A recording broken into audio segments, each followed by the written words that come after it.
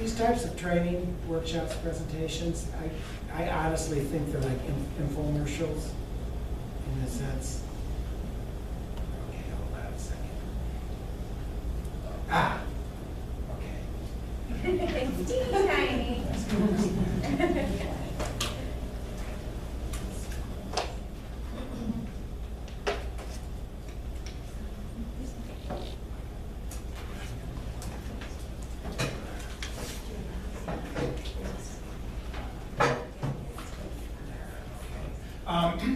And so there's a lot of information, and Alex, this is Mindy, how many workshops have you been to?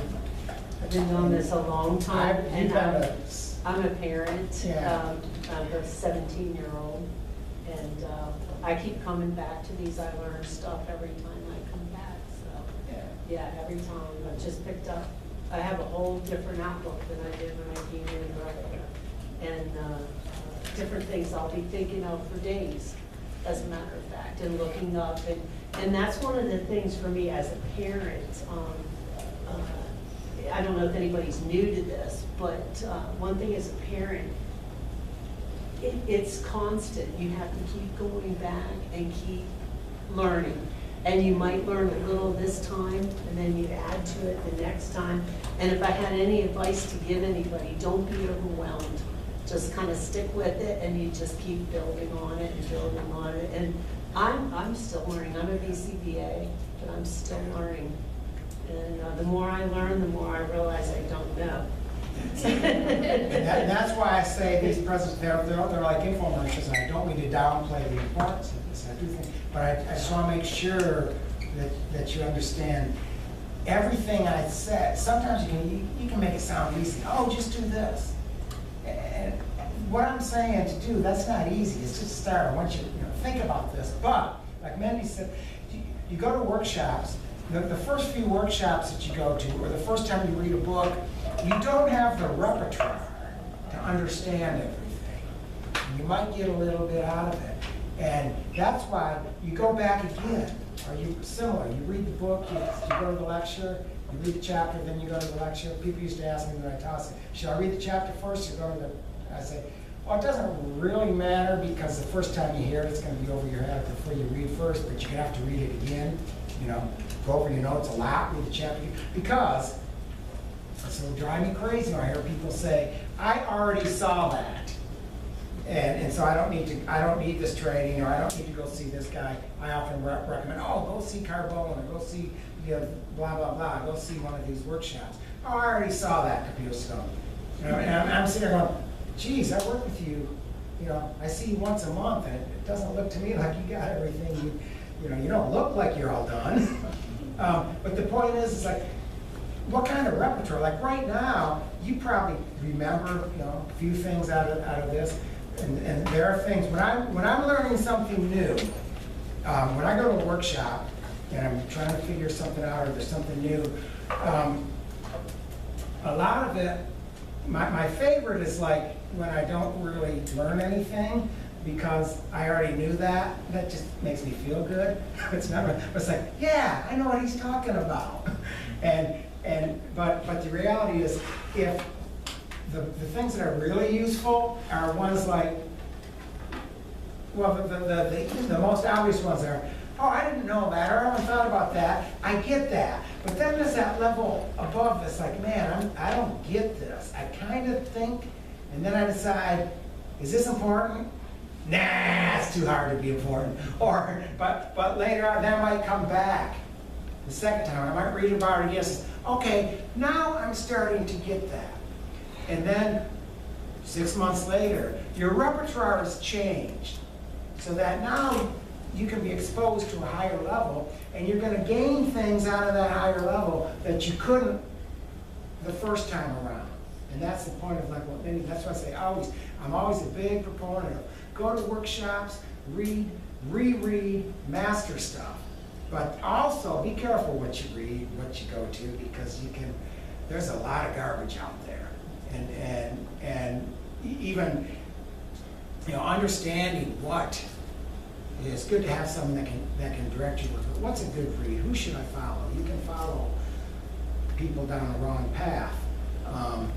Or sometimes even within, in my field, and there's a lot of people I really admire and learned a lot from and studied, but I wouldn't read a lot of their material right now because I'm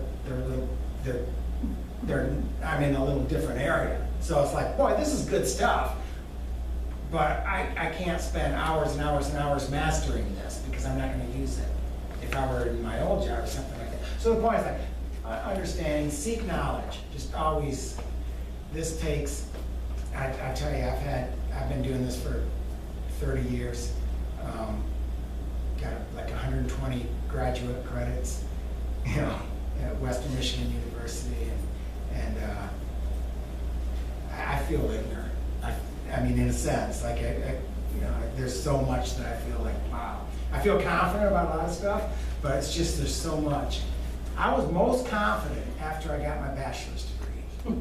I was cocky, I was gonna go out and save the world, I knew it all. 3 years under with Jack Michael in Western Michigan. And then I got into grad school and I started realizing, oh, there's this door. Then you learn out, but that's good. And so don't be intimidated. What are you trying to change one small thing at a time? Okay, anything else? Any other questions? One other thing I'd like to add, don't be afraid to ask questions either. That was Don't- stupid. No, I'm kidding. You know, that's another thing, just keep plugging away and asking questions, you know, and someday it'll come together. Yeah, it's just based on how to handle some certain situation. Like my son, he cannot talk what he wants. Like there was a time like I took him to my friend's house, and there is a nearby swimming pool. He loves being swimming pool, and then he see a lot of kids in swimming pool. He really want to go inside, but the door is locked, and then you need to have a membership card to go there. And he just crying and he want to go inside. He say pool, pool, pool, and he's pointing me. Mhm. But there's no way he can go inside. So and he's crying and lying down. So in that situation, how can I convince him to like any advice?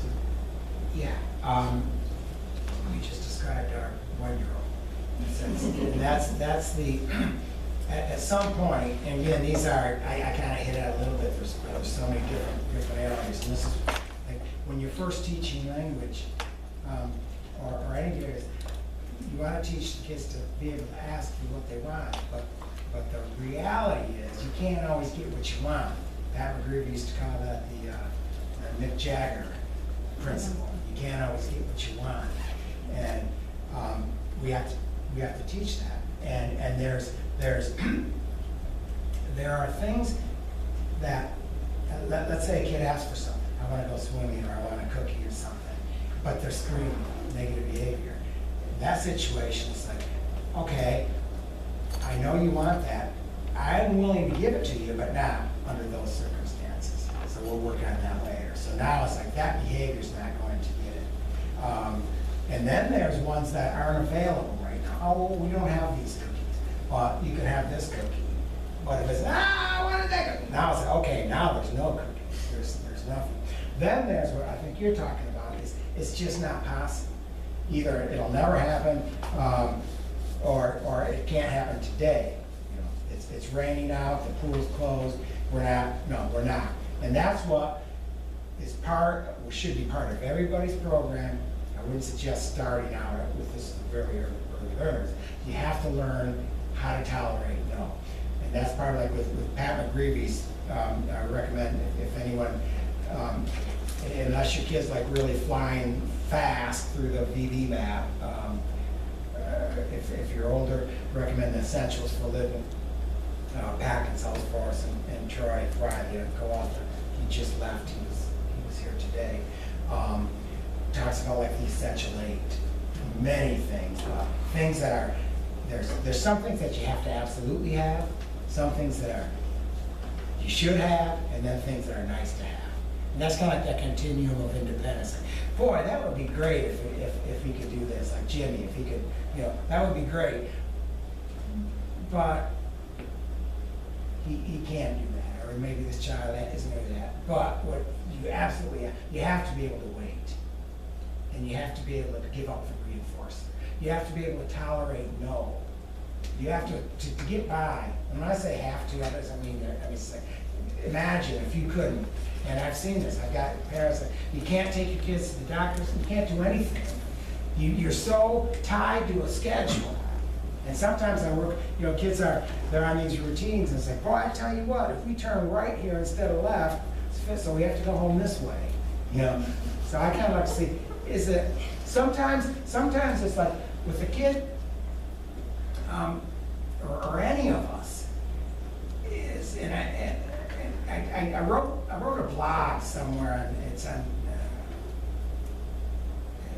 it's about kids and their sensory issues, and I question sometimes, like, because you say he has to wear a red shirt, or he can't do this, or he can't do that, and so we have to walk on eggshells. That's another thing Pat McCready talks about.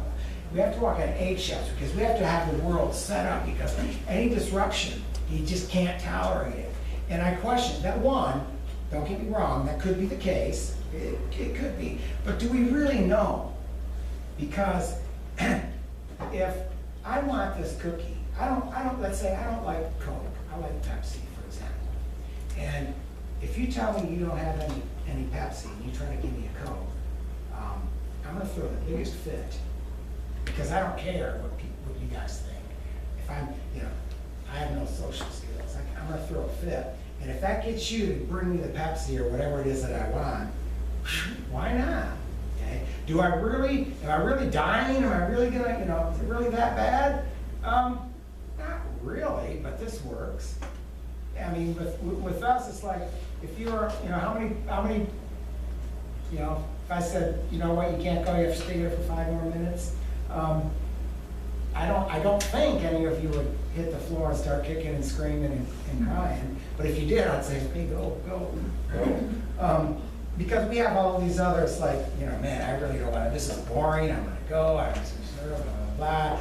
But there's all these other social, I don't want to look like a fool. Now imagine our kids, the population, they don't care. It's like, I'm not social anyway. I don't even like these people. I want my cookies. I want to go swimming. I don't care how I look. And so the thing is like, well, that's a pretty perfect contingency. Yet we sometimes can react like, oh, this is so bad. It's like, this kid absolutely can't stand it. Well, maybe not. Maybe it's just, it's easy. And this is what I do. Whatever the case, and we kind of have to try to figure that out, because we don't want our kids to suffer, but sometimes you might be thinking, boy, this is really bad, when it's sort of like we're enablers, in a sense. And we have to get to that point. Look, you can't go, and I wouldn't worry about, something like swimming or not getting a cookie. The concern is more like, are you really bothered by that tag in the back of your, or a haircut? There's an example. It's like, do you just not like haircuts, and you've learned?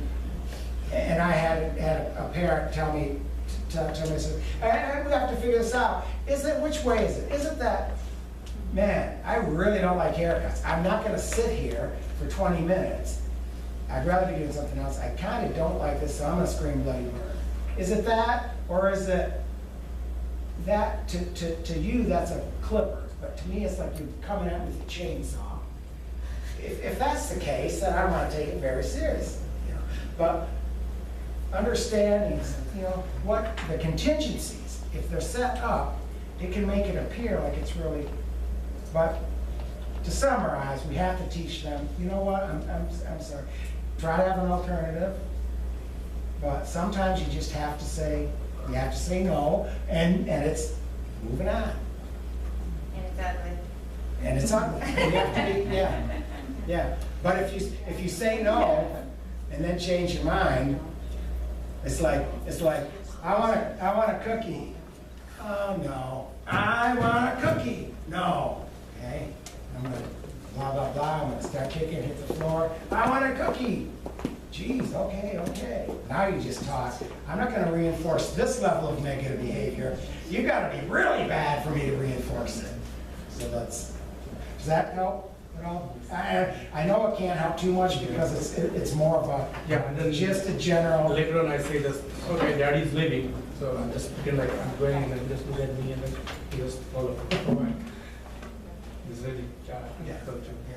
And that's the thing, there's a lot of things, people ask questions, what do I do when my kid does this? And I really, I can loosely, so basically what I told you is like, we have to, I didn't tell you exactly how. I wouldn't do that, because there's so many, you need to do the analysis and stuff, but just want to give you a sure that, okay, that's a normal type of thing and stuff.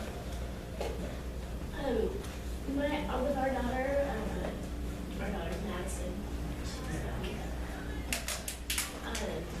Her main struggle is scripting. She just scripts all the time. And it's kind of a hindrance to her communicating with others or playing with friends. Madison here. Yes. Yeah, Madison. right, okay. Yes, you. Yeah, yeah. And so I don't know how to effectively redirect that or make it, because what we've done before is if she's scripting and I'll say, Madison, how old are you? I'll get her talking about something else. But I don't think that's effective because she's just like, why are you asking me this? She's gotten to the point where it's like, why am I being asked this over and over and over again? It's pointless. And I can see her getting upset when we start asking her questions because she knows that I'm trying to get her to stop scripting. And she likes to push my buttons. And so she'll just, right back to it, or she'll do something else. So I wonder what